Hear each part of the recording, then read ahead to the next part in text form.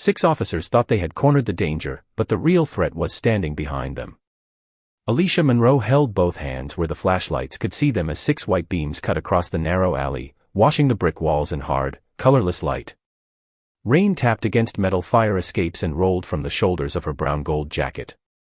20 feet ahead, Sergeant Daniel Cross stood with one hand near his radio, his face controlled and certain. 5 officers formed a tightening half-circle beside him.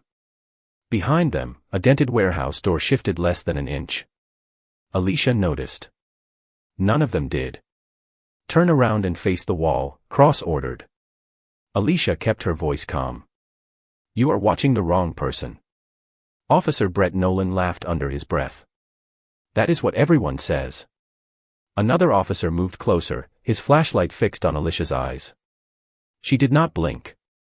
Her attention passed over each detail without appearing to move: the locked gate to her left, the broken security camera above the loading dock, the narrow gap between 2 dumpsters, and the faint shadow beneath the warehouse door.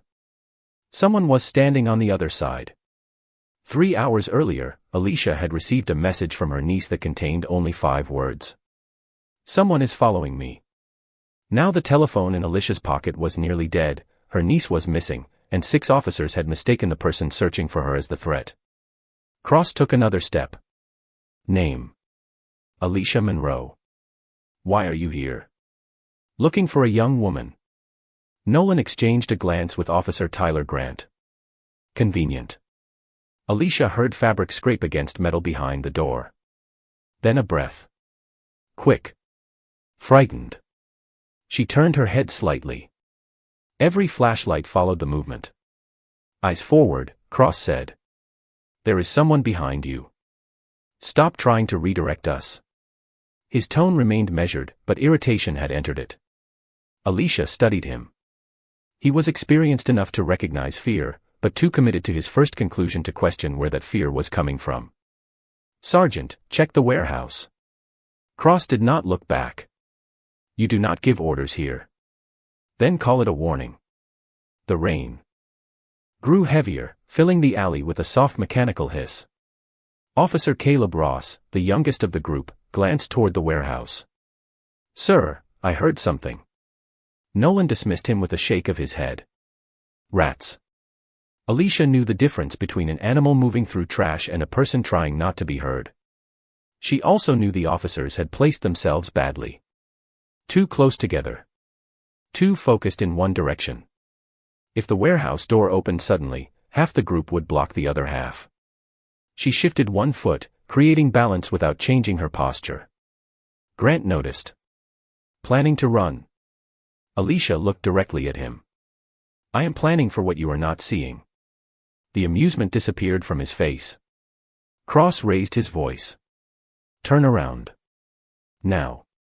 Alicia slowly faced the brick wall, but she kept her head angled enough to listen. A muffled sound came from the warehouse. One short scrape. Then silence. Nolan reached for her wrist. Alicia felt the distance close and made herself remain still. She could have moved before his fingers touched her. She could have broken the hold without effort. Instead, she waited, because strength was not proving what she could do. Strength was knowing exactly when not to do it. Nolan tightened his grip. The metal door behind the officers moved again. This time, a frightened voice whispered from the darkness. "Please help me." The whisper froze the alley. Nolan's grip remained around Alicia's wrist, but his expression changed as every officer turned toward the warehouse door. Cross lifted one hand, ordering silence. For 3 seconds, only rain answered them. Then the voice came again, weaker this time. "Please." Alicia felt Nolan loosen his hold. "That is who I came for," she said. Cross looked at her sharply. "You know the person inside?" "I know someone sent me a message 3 hours ago saying she was being followed."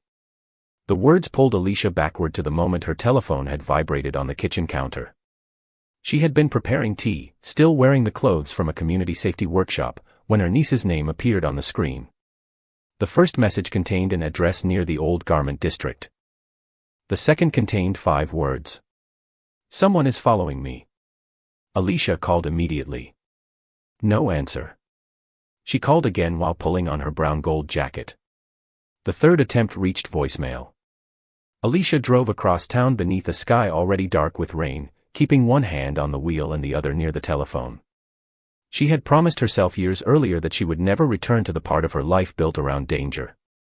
For more than a decade, she had taught military personnel how to read confined spaces, control panic, and leave a crisis without making it worse. The work had made her precise, respected, and tired in ways sleep could not repair. After a training accident injured a colleague, Alicia stepped away. She began teaching ordinary women how to recognize warning signs, trust their instincts, and reach safety before fear became a trap. Tonight, she did not want to be an instructor. She wanted to be an aunt. When she reached the garment district, she found her niece's car parked near a closed pharmacy, but the driver's seat was empty. A young store employee named Megan Lewis stood beneath the awning next door, staring toward the alley. Megan told Alicia she had seen a man following a young woman past the loading docks. Alicia asked which direction they had gone. Megan pointed toward the warehouse. Before Alicia could call the police, Megan noticed the same man watching from across the street. She whispered that he had followed her too, then hurried toward the back entrance of the store. Alicia followed at a distance, trying to keep both women in sight. That was when patrol cars arrived. The store owner, seeing Alicia move between the alley and the windows, had called in a suspicious person. Cross heard only part of the report. By the time Alicia reached the warehouse, 6 officers were already closing around her. Now, standing beneath their flashlights, she looked at the metal door and understood something that made her pulse slow instead of race. The voice inside did not belong to her niece. It belonged to Megan. "Sergeant," Alicia said, "the young woman inside may be the witness who called for help." Cross reached for his radio. "Dispatch, confirm. Whether the reporting party is still inside the store." Static answered first. Then the dispatcher replied that the store owner was the caller, not the young woman. Cross's eyes narrowed. "Where is your niece?" he asked. "I do not know yet." Nolan gave a doubtful laugh. "So your whole story changed?" Alicia turned toward him. "No. The danger did." A faint click came from behind the warehouse door, followed by the sound of a chain sliding across metal. Alicia looked at the officers' positions. They were still crowded together, leaving the alley entrance exposed. "Move 2 officers to the street," she said. Cross stared at her. "You are still not in charge." The warehouse door opened another inch, and Megan's frightened eye appeared in the darkness. Behind her, a second shadow moved. Alicia's voice became low and exact. "Then take charge before that door opens all the way." The warehouse door opened another inch, and Sergeant Daniel Cross finally looked past Alicia. Megan's frightened eye disappeared into the darkness as the second shadow moved closer behind her. Cross raised his radio. "Officers Hill and Pierce, cover the street entrance. Nolan and Grant, hold this position." Alicia noticed the delay before Marcus Hill obeyed. It was the hesitation of a man deciding whether the order made sense or merely sounded official. Caleb Ross shifted toward the wall, giving the others more room. For the first time, the 6 officers were no longer standing in each other's path. Cross glanced at Alicia as though he resented that her warning had improved his formation. "Stay against the wall," he said. "Do not interfere." Alicia kept her hands visible. "I am not the person interfering." Nolan tightened his jaw. "You were circling a closed business after dark." "I was following a threat." "That is your version." Alicia looked toward the security camera above the loading dock. A small red light blinked beneath the cracked plastic cover. "Then verify it." Cross followed her gaze but did not move. Earlier that evening, Dispatch had described Alicia as a black woman in a brown gold jacket moving suspiciously between storefronts. No one had reported seeing her break a lock, threaten anyone, or carry anything illegal. The description had been enough for Cross. He had spent 22 years learning to make fast decisions, and somewhere along the way, speed had begun to feel like certainty. Alicia's controlled breathing looked rehearsed to him. Her awareness of the exits looked like preparation to escape. Her refusal to become frightened looked like disrespect. He had turned every sign of discipline into evidence against her. "Why were you watching the store?" he asked. Because Megan told me a man was following her. You did not mention her when we arrived. You did not ask. You ordered me toward the wall. Caleb glanced at Cross. Nolan gave him a warning look, but the younger officer did not look away. Sergeant, we should pull the camera feed, Caleb said. Cross's expression hardened. We will handle one problem at a time. Alicia heard the chain inside the warehouse slide again. The sound was followed by a soft scrape across the floor. Someone was repositioning near the door. She measured the distance between Megan's last visible position and the alley opening. 12 feet. Perhaps 14. Enough room for her to run if the center remained clear. Not enough if Nolan continued standing directly in front of it. Move 3 feet to your right, Alicia told him.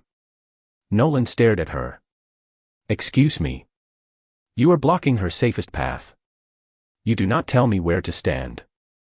The door trembled. Alicia's voice stayed quiet. This is not about your pride. Cross stepped closer to her. You need to understand something. You are still being detained. And you need to understand that someone inside is waiting for us to keep arguing. The rain struck the fire escape harder, scattering cold drops across Alicia's face. She did not wipe them away. Her eyes remained fixed on the thin opening. Megan appeared again, one hand gripping the edge of the door. Behind her, the shadow shifted left. Alicia recognized the movement immediately. The person inside was trying to control which direction Megan could leave.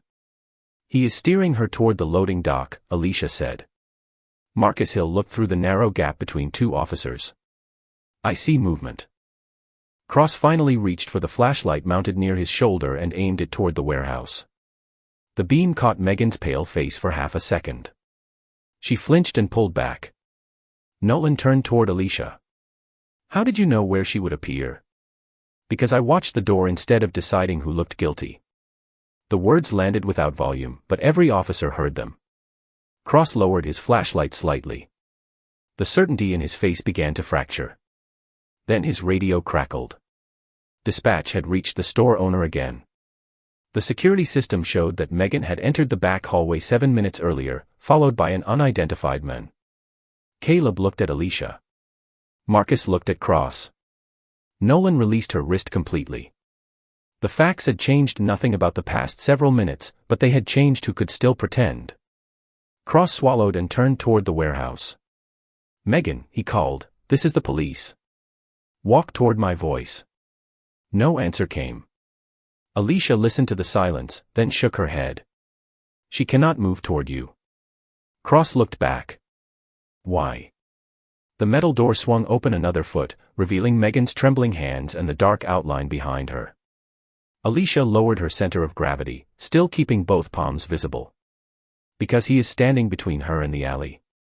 Alicia lowered her center of gravity, but her hands remained open and visible beneath the white glare of the flashlights. Nolan noticed the shift and stepped toward her again, mistaking preparation for resistance. Do not move, he warned. Alicia kept her eyes on the warehouse door. Then stopped standing where she needs to run. The dark outline behind Megan moved closer. Megan's shoulders tightened, and one hand slipped from the edge of the metal door. Cross raised his radio, but Alicia heard the faint scrape of a shoe against concrete and knew they had only seconds. Nolan reached for her wrist. This time, Alicia moved. She turned her forearm through the weakest point of his grip, stepped outside his balance, and released herself without twisting his arm or forcing him down. Nolan staggered one pace, more surprised than hurt. Alicia immediately stepped back and raised both hands again. No one needs to get injured, she said. Grant moved beside Nolan, anger flashing across his face. She resisted. Marcus Hill shook his head. She disengaged. Cross looked from Nolan to Alicia. The movement had been almost too efficient to follow, controlled enough to reveal how much force she had chosen not to use.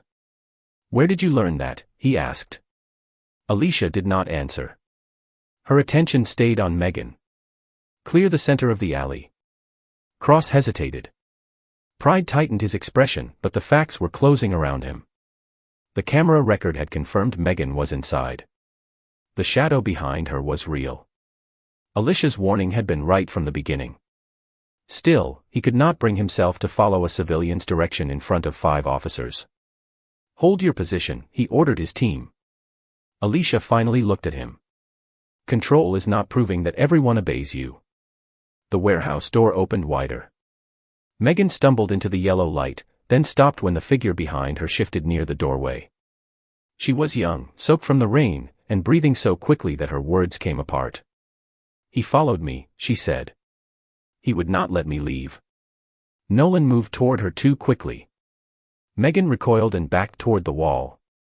Alicia understood immediately. Too many uniforms. Too many lights. Too many voices. Fear did not always know the difference between help and another threat. "Lower the flashlights," Alicia said. No one moved. "You are blinding her." Caleb Ross lowered his first. Marcus followed. After a moment, Pierce angled his beam toward the ground. The alley softened from harsh white to the muted amber of the overhead security lamp. Megan looked toward Alicia and recognized her. "You came back," she whispered. Alicia nodded. "I told you I would." The men inside the warehouse stepped partly into view, keeping the metal door between himself and the officers. Cross began issuing several instructions at once. Nolan shifted left. Grant moved right. Their paths crossed, narrowing the only open route between Megan and the patrol cars. Alicia saw the mistake forming before any of them did. "Stop," she said. Cross ignored her. "Megan. Move toward Officer Nolan." Megan looked at Nolan, then at the men behind her, and froze. Alicia spoke with a quieter voice. "Megan, look at me." Megan did. "There is an open path beside the blue dumpster. Walk toward my voice. Do not run yet." Cross turned sharply. "Monroe, stay out of this." Alicia did not look at him. "Megan, one step." Megan moved. The figure behind the door shifted with her. "Another step," Alicia said. Megan obeyed. Nolan started forward again, but Alicia lifted one palm. "Not yet." Something in her tone stopped him. She was not shouting. She was not challenging him. She was giving the alley order it had lacked since the officers arrived. Megan reached the edge of the loading dock. The men behind her opened the door farther, searching for an exit. Alicia studied his shoulders, his feet, and the direction of his attention. "Marcus, cover the street." "Caleb, open the rear door of the nearest cruiser." "Pierce, keep the walkway clear." All 3 officers moved before Cross spoke. Their response stunned him. Alicia had not taken command through rank. She had created trust through clarity. Megan took another step. Now only 8 feet separated her from the open path. The men near the warehouse looked toward the street, then toward the loading dock, uncertain which route remained. Alicia lowered her voice. "Megan, when I say now, walk quickly to Caleb. Do not look back." Megan nodded, tears mixing with the rain on her face. Cross watched Alicia, finally understanding that the woman he had treated as a problem had spent the entire encounter protecting everyone in the alley, including his officers. Alicia waited until the man's attention shifted toward Marcus. Then she said one word. "Now." Megan moved the instant Alicia spoke. She stepped away from the loading dock, crossed the open strip beside the blue dumpster, and headed toward Caleb Ross with both hands visible. Caleb opened the rear door of the patrol car and lowered his flashlight so she would not feel trapped by the glare. "You are safe," he said. "Keep coming." The men near the warehouse door shifted after her, but Marcus Hill had already moved into position near the street entrance, cutting off the clearest route out of the alley. Owen Pierce cleared the walkway and guided 2 bystanders behind a parked delivery van. Nolan and Grant stopped crowding the center, finally leaving the path Alicia had warned them to protect. Cross raised his radio and began giving shorter, clearer instructions. The confusion that had filled the alley started to disappear. Megan reached Caleb and gripped the open car door with both hands. Her knees looked unsteady, but she remained upright. Alicia stayed where Megan could see her. "Keep breathing," she said. "You are almost there." The men at the warehouse door looked from one officer to another, searching for space that no longer existed. He stepped backward into the building. Cross signaled Marcus and Pierce to hold the exits while Nolan moved toward the loading dock at a controlled pace. No one shouted. No one rushed.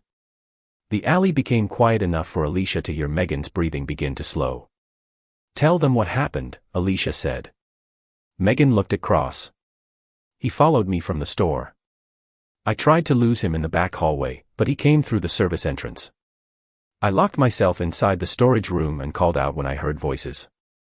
Cross glanced toward Alicia. The first call had described a suspicious black woman outside the store.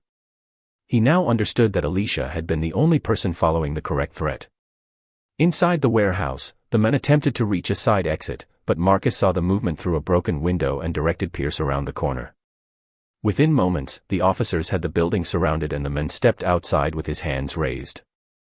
The officers detained him without confusion or unnecessary force. Alicia did not watch the arrest. She walked toward Megan slowly, stopping several feet away so the young woman could choose whether to close the distance. Megan did. She crossed the space and wrapped both arms around Alicia, shaking beneath the rain. Alicia placed one hand between her shoulders. "You did the right thing," she said. "You kept looking for a way out." Cross approached, but Alicia raised her eyes before he came too close. He stopped. The difference mattered. Megan released Alicia and looked directly at him. "She was trying to help me before any of you arrived." Nolan lowered his gaze.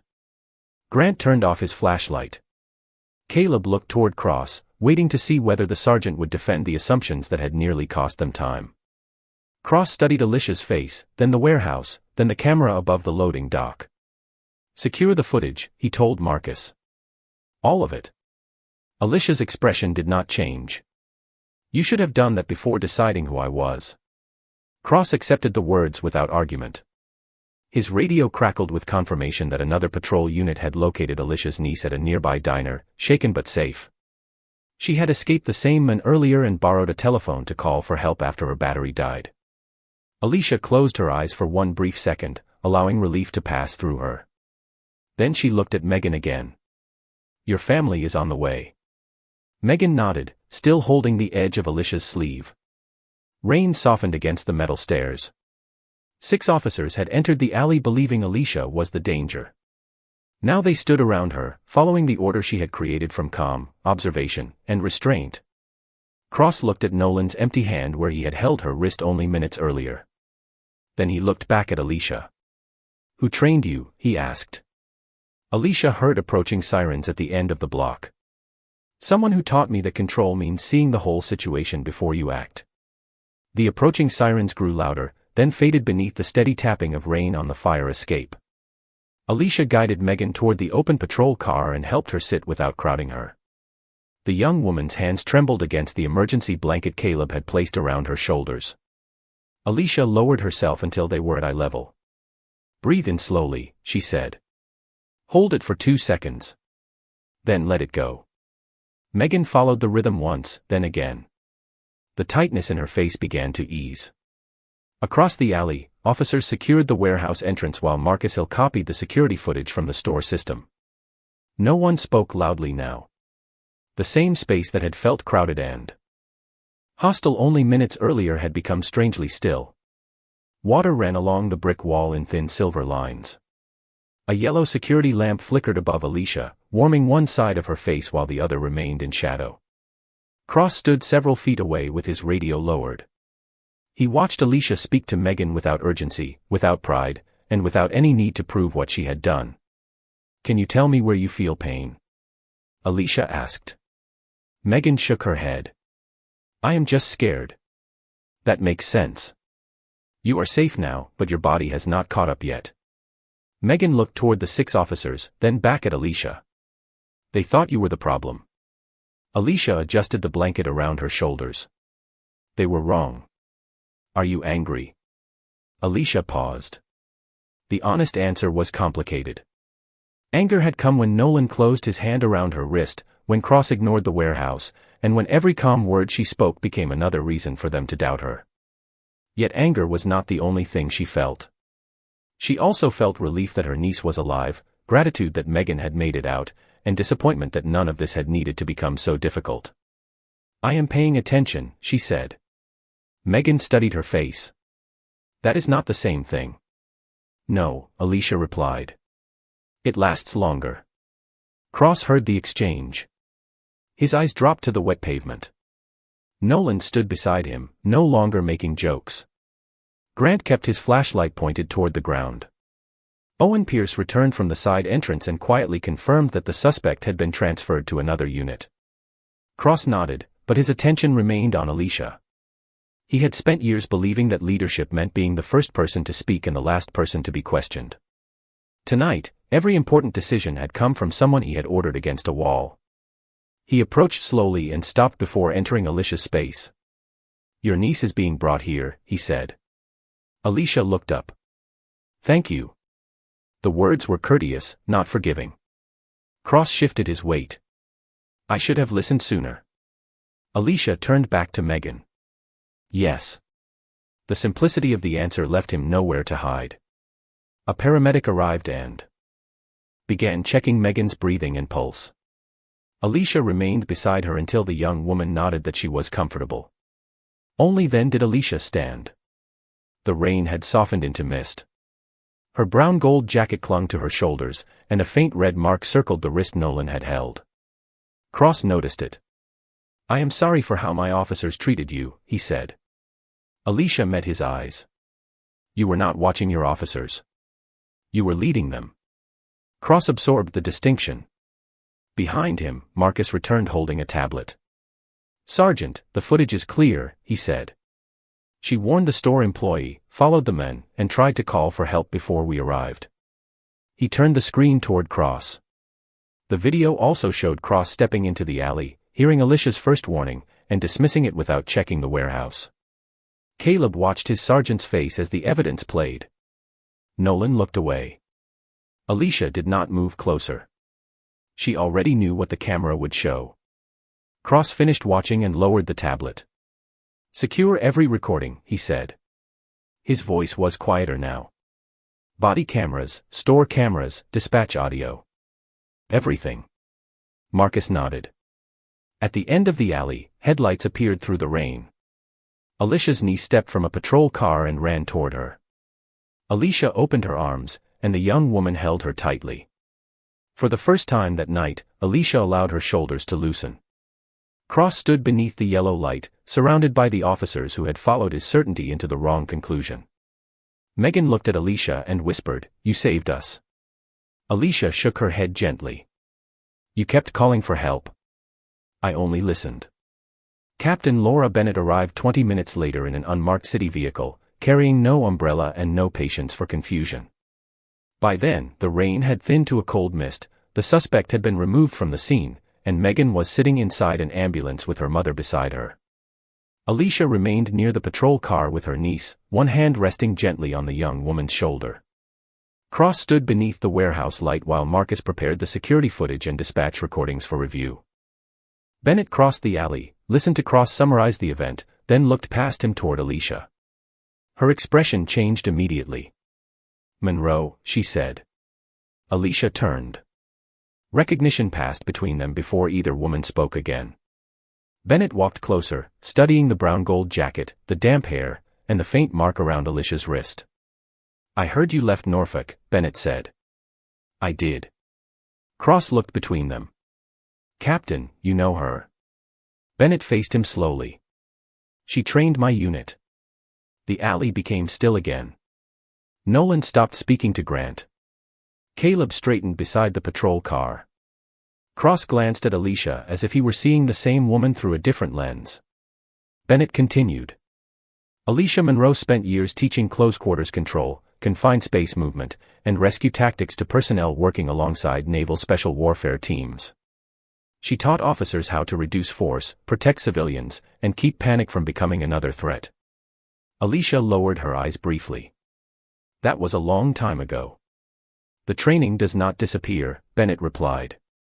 "Neither does character." Cross looked toward the warehouse door, remembering how Alicia had positioned every officer, cleared Megan's path, and ended the danger without trying to dominate anyone. The truth was no longer merely that Alicia had been right.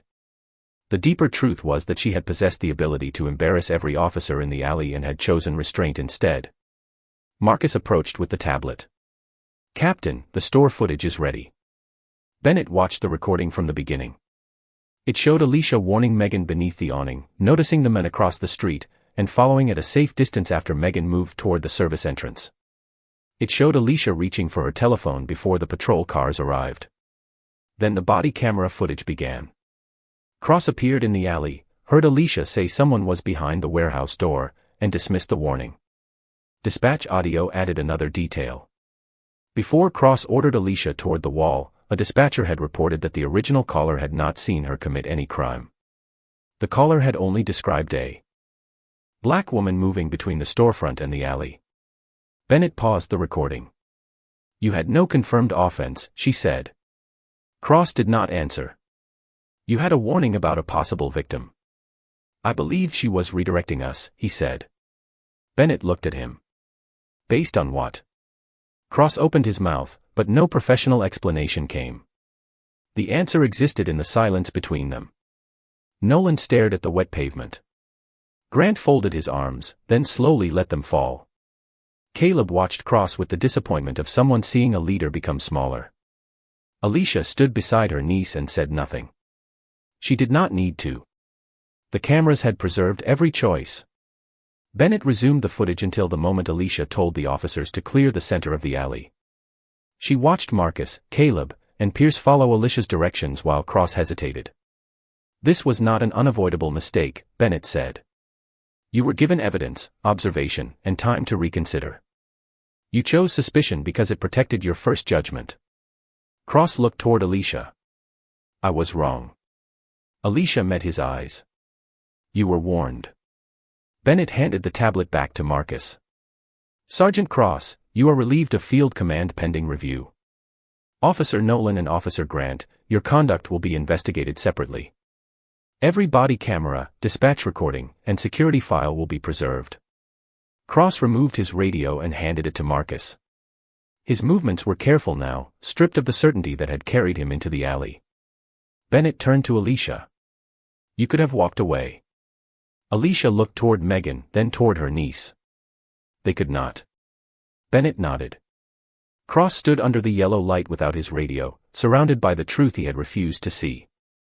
Alicia did not look victorious. She only looked tired. That, more than anything, made the lesson impossible to escape. 2 days later, Alicia sat across from Captain Bennett in a quiet conference room at police headquarters, her brown gold jacket folded over the back of the chair and a fresh cup of coffee cooling beside her. The room had no windows, only a long table, a recorder, and a stack of printed statements. Sergeant Cross sat at the far end in plain clothes, without his radio or badge. Nolan and Grant were not present. Their interviews were being conducted separately. Bennett closed the final file and looked at Alicia. "The department will begin a formal review," she said. "You may also submit a statement about what accountability should include."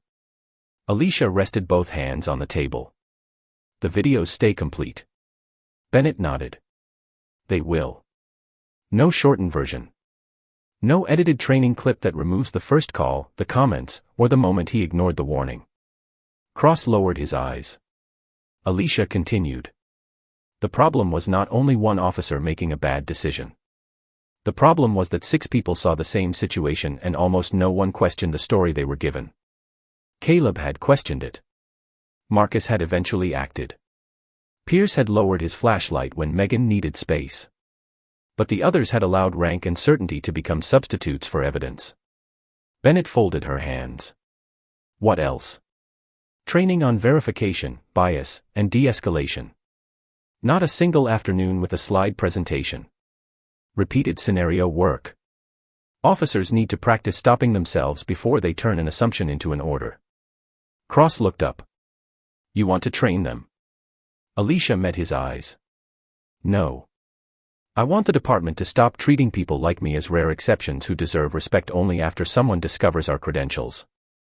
The sentence settled heavily over the table. Bennett nodded once. "That is fair." Alicia leaned back. "Do not tell officers they should have listened because I worked with Naval Special Warfare personnel. Tell them they should have listened because I was a citizen reporting danger. Cross's face tightened. You are right. Alicia did not soften. You keep saying that. Because I was wrong. Then say what you did, not only what you were. Cross took a slow breath. The room was quiet enough to hear the recorder turning.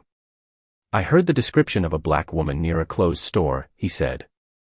I decided she was suspicious before I arrived. When she spoke calmly, I treated it as defiance. When she warned me about the warehouse, I treated it as manipulation. When evidence contradicted me, I delayed because I did not want my officers to see that I had misjudged her. He paused. I used authority to protect my pride. Alicia watched him carefully. For the first time, he did not add pressure, fatigue, or experience as an explanation. Bennett opened a separate folder. The review board has recommended that you remain suspended from field command. If you return to duty, it will be after retraining and evaluation. Cross nodded. I understand. Alicia looked at Bennett. He should speak to new recruits. Cross turned toward her. You want me to tell them this? I want you to stand in front of the body camera footage and explain every moment when you could have changed direction. He looked down at the table. That may end my career. Your career was not the person trapped behind that door. Alicia's voice remained calm. Megan was. Cross closed his eyes briefly, then nodded. I will do it. Bennett wrote something in the file. I can make that part of the recommendation. Alicia looked toward the recorder. And the footage should include Caleb questioning the situation, Marcus changing position, and the others choosing whether to follow pride or evidence. Accountability is not only punishment. It is showing people where a better decision was still possible. Cross studied her. Why are you giving us a way forward? Alicia thought of Megan under the yellow light, her niece stepping from the patrol car, and 6 flashlights pointed in the wrong direction. Because revenge would only finish this story, she said. Change might stop the next one. Cross's hands tightened together, then relaxed. I am sorry. Alicia stood and reached for her jacket. An apology changes a moment. Accountability changes what happens next. Bennett stopped the recorder. Cross remained seated as Alicia walked toward the door. Before she left, he spoke again. What should I say to the recruits? Alicia looked back at him. Tell them the truth before the uniform teaches them to hide from it. 6 months later, morning sunlight reached the end of a different alley only a few blocks from the old garment district. Officer Caleb Ross stood beside his patrol car, facing a black man in a delivery uniform who had been reported as suspicious near a locked business. The men held both hands in view, but Caleb did not begin with an order. He looked at the address printed on the delivery box, checked the call notes, and noticed the broken rear window behind the men. Are you the person who called for help? Caleb asked. The delivery driver nodded. I saw someone climb through that window and called 911. Then your cars arrived. Caleb confirmed the telephone number with dispatch before asking another question. Within moments, officers found signs of a break-in behind the building. The delivery driver was thanked for staying at the scene and allowed to continue his route. Nothing dramatic happened. No one was humiliated. No mistake had to become a tragedy before someone reconsidered. That quiet outcome was exactly why the change mattered. Across town, Sergeant Daniel Cross stood inside a police academy classroom wearing a plain navy suit. He had not returned to field command. The review board had required retraining, evaluation, and months of supervised administrative work. Now 40 recruits watched the body camera footage from the night Alicia Monroe had been surrounded in the rain. The recording showed Cross dismissing her warning, Nolan gripping her wrist, and 6 flashlights aimed toward the wrong person while Megan waited behind the warehouse door. Cross paused the video at the moment dispatch confirmed that no crime had been reported against Alicia. This was my chance to change direction, he said. I did not take it. No one moved. I believed admitting uncertainty would weaken my authority. Instead, refusing to question myself made me dangerous to the people I was supposed to protect. He advanced the footage to the moment Alicia cleared the alley and created a safe path for Megan. She did not deserve respect because of her training. She deserved it before anyone knew who she was. Alicia stood in the hallway outside the classroom, listening through the open door. Beside her, Megan held 2 cups of coffee. The young woman looked stronger now. She had returned to work, completed counseling, and begun volunteering with Alicia's community safety program. "Do you believe him?" Megan asked. Alicia watched cross-point to Caleb on the screen, explaining how one young officer had questioned the group's assumptions before it was comfortable to do so. "I believe he is telling the truth today," Alicia said. "Tomorrow will depend on what he does with it." Cross looked through the doorway and saw her. He did not invite her inside or ask for forgiveness. He simply nodded. Alicia returned the gesture. It was not absolution. It was acknowledgement that responsibility had finally replaced denial. She and Megan continued toward the front entrance. Outside, Caleb's patrol car pulled into the academy lot. He stepped out and greeted the delivery driver, who had come to provide a witness statement about the break-in. Their conversation was calm, ordinary, and respectful. Alicia watched them for a moment. The greatest proof of justice was not that Cross had been punished. It was that another officer had stopped, checked the facts, and made a different choice before harm was done. Power had not disappeared. It had learned to pause. Strength had not been shown through force. It had been shown through restraint, honesty, and the courage to correct a system that once protected pride more quickly than people. Megan handed Alicia one of the coffee cups. Together, they walked into the sunlight while the classroom behind them remained silent. The truth could not change the night in the alley, but it had changed the next decision. When your assumptions feel certain, will you defend them, or will you pause long enough to see the person standing in front of you?